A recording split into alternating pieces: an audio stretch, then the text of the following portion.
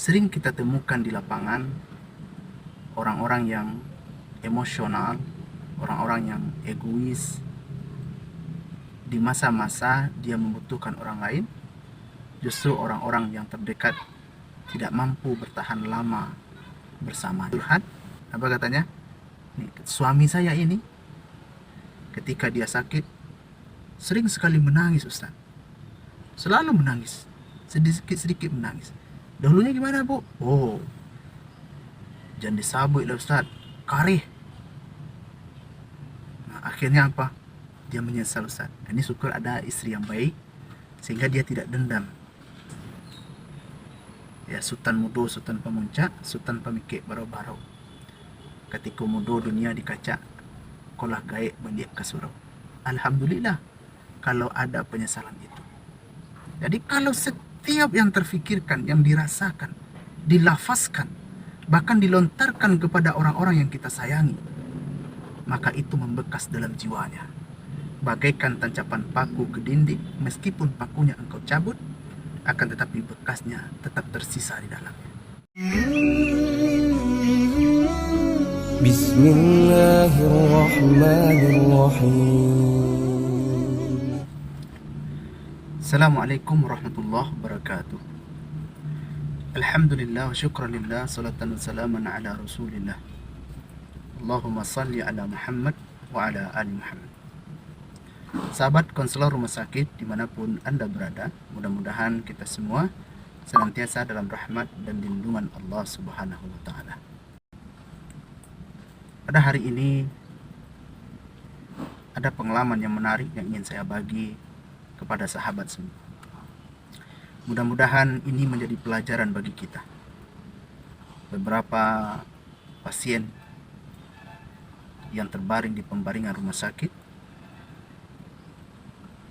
jarang sekali dari orang-orang terdekatnya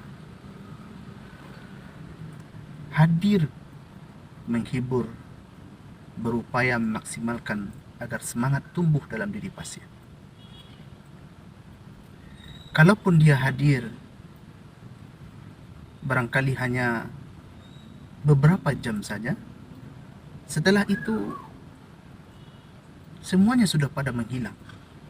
Jadi dia seorang pekerja keras, orang yang punya visioner, bekerja di perusahaan-perusahaan, beberapa hari dirawat. Istrinya datang paling lama sekitar 2 jam, habis itu pulang. Tidak lama setelah itu datang anaknya, ya sekitar 2 jam, habis itu hilang lagi. Dan rata-rata tidak lama. Nah, kalau sempat lama, ujung-ujungnya bertengkar di ruangan tersebut. Dan akhirnya dalam kondisi sakit, orang-orang terdekatnya tidak betah bersamanya. Ada juga dia seorang pensiunan yang dahulunya adalah orang kuat, orang terpandang. Beliau sakit diabetes. Jadi memang agak sering berulang ke rumah sakit untuk mengontrol kadar gulanya. Beberapa kali dirawat karena sering masuk rumah sakit, tapi masuknya sendiri saja. Masuknya sendiri. Dan akhirnya kita pun kebingungan juga bagaimana menghadapi kalau pasien itu hanya sendiri saja di ruangan. Nah, setelah kita telusuri, ternyata memang beliau ini dahulunya adalah keras, egois, emosional, sehingga anak-anaknya tidak menaruh simpati. Sering kita temukan di lapangan orang-orang yang emosional, orang-orang yang egois. Di masa-masa dia membutuhkan orang lain, justru orang-orang yang terdekat tidak mampu bertahan lama bersamanya. Nah, kalau begitu, apa pelajaran yang bisa kita ambil dalam kasus ini? Di dalam Islam, nafsu, jiwa itu terbagi atas 3. Yang pertama kata Allah dalam Al-Quran, innan nafsa la'ammaratum bisu. Ada dorongan di dalam jiwa seseorang, ada kecenderungan dalam jiwa seseorang untuk berlaku yang buruk-buruk. Nah, Allah Subhanahu wa taala mengingatkan dalam Al-Qur'an, wasari'u ila maghfiratin min rabbikum wa jannatin 'arduha as-samawati wal ard u'iddat lil muttaqin. Bersegeralah kamu kepada ampunan Allah Subhanahu wa taala yang surganya seluas langit dan bumi. Itu disediakan untuk orang yang bertakwa. Bagaimanakah mereka? Alladzina yunfiquna fis sarra'i wad dharra wal kadhimina al-ghayz wal 'afina 'anil nas. Dia diminta agar mereka wal kadhimina al-ghayz, menahan amarahnya. Jadi pelajaran yang pertama, kita penting memahami kecenderungan jiwa kita. Apakah dia mengarah kepada la'ammaratum bisu, kepada kecenderungan yang buruk-buruk, yang terutama adalah wal kadhiminal ghaiz, orang yang mampu menahan amarahnya. Satu hari Rasulullah sallallahu alaihi wasallam sepulang dari berjihad, beliau berkata, setelah jihad yang besar ini, yaitu perang Badar waktu itu, perang yang paling besar, kata beliau, kita akan dihadapkan dengan jihad yang sesungguhnya, jihad yang lebih besar lagi. Adakah jihad yang lebih besar lagi daripada jihad ini ya Rasulullah? Perang ini? Iya, kata Rasulullah. Jihad melawan hawa nafsu, menahan amarah. Tidaklah seorang yang kuat itu, kata Rasulullah, orang yang menang dalam bergulat. Akan tetapi orang yang kuat itu orang yang mampu menahan amarahnya. Rasulullah sallallahu alaihi wasallam bersabda, la taghdab walakal jannah. Jangan marah, insyaallah engkau akan berada dalam surga, yaitu dalam kebahagiaan. Surga itu tidak hanya suatu nanti di akhirat, tapi lambang kesuksesan seseorang, lambang kebahagiaan seseorang. Nah, kemudian ada nafsu lawamah. La uqsimu bin nafsil lawamah. Allah bersumpah dengan nafsu yang bimbang, nafsu yang terombang-ambing. Kadang kecenderungan dalam kebaikan, terkadang juga mudah masuk dalam keburukan. Kemudian nafsul mutmainnah. Ya ayyatuhan nafsul mutmainnah, irji'i ila rabbiki radiyatan mardiyah, fadkhuli fi ibadi wadkhuli jannati. Nafsu, kecenderungan jiwa yang dekat dengan Allah Subhanahu wa taala. Nah, itulah sehingga orang-orang yang saya perhatikan di rumah sakit, yang banyak sekali ya,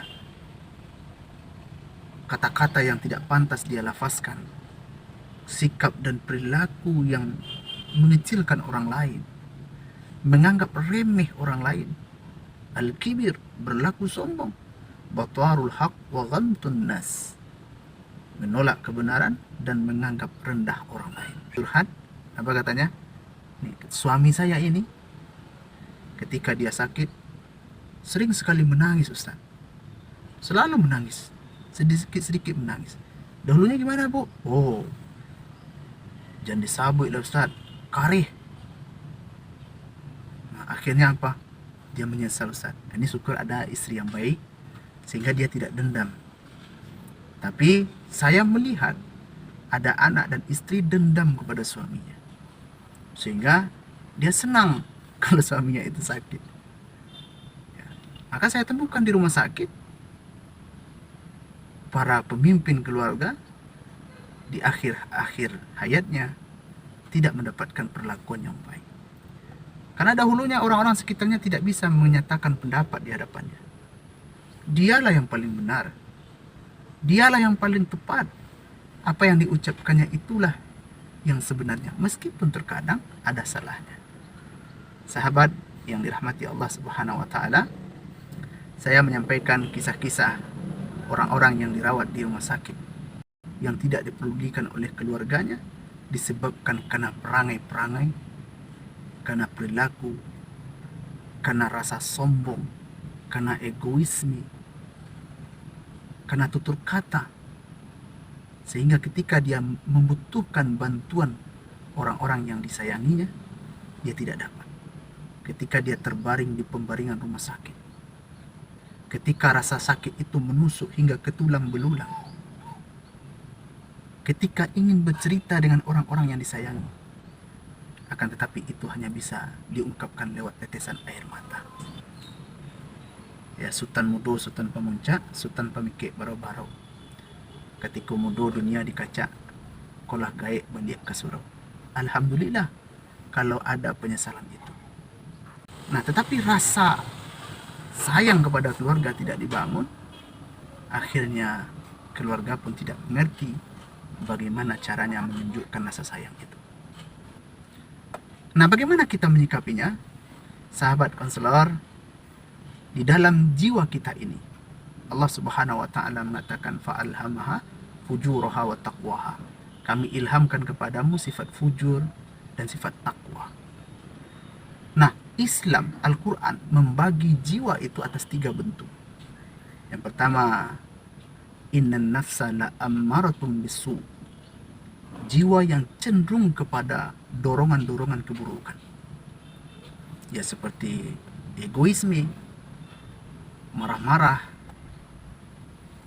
tidak mempedulikan perkataan orang lain, menang sendiri, bahkan berkata kasar. Sementara Allah Subhanahu wa taala menyebutkan dalam Al-Quran sifat-sifat orang-orang yang bertakwa, alladzina yunfiquna fis sarra'i wad dharra wal kadhiminal ghaidh wal 'afina 'anil nas. Orang yang mampu menahan amarahnya. Jadi kalau setiap yang terfikirkan, yang dirasakan, dilafazkan, bahkan dilontarkan kepada orang-orang yang kita sayangi, maka itu membekas dalam jiwanya. Bagaikan tancapan paku ke dinding, meskipun pakunya engkau cabut, akan tetapi bekasnya tetap tersisa di dalam. Sahabat yang dirahmati Allah Subhanahu wa taala, mudah-mudahan kita mampu menempati, menyikapi keadaan yang ada dalam diri kita, dalam lingkungan kita, keluarga kita, sehingga kita tidak menjadi korban dari perangai kita sendiri, sehingga kita diasingkan, kita dijauhkan di masa-masa di mana kita membutuhkan orang lain. Mudah-mudahan bermanfaat. Assalamualaikum warahmatullahi wabarakatuh.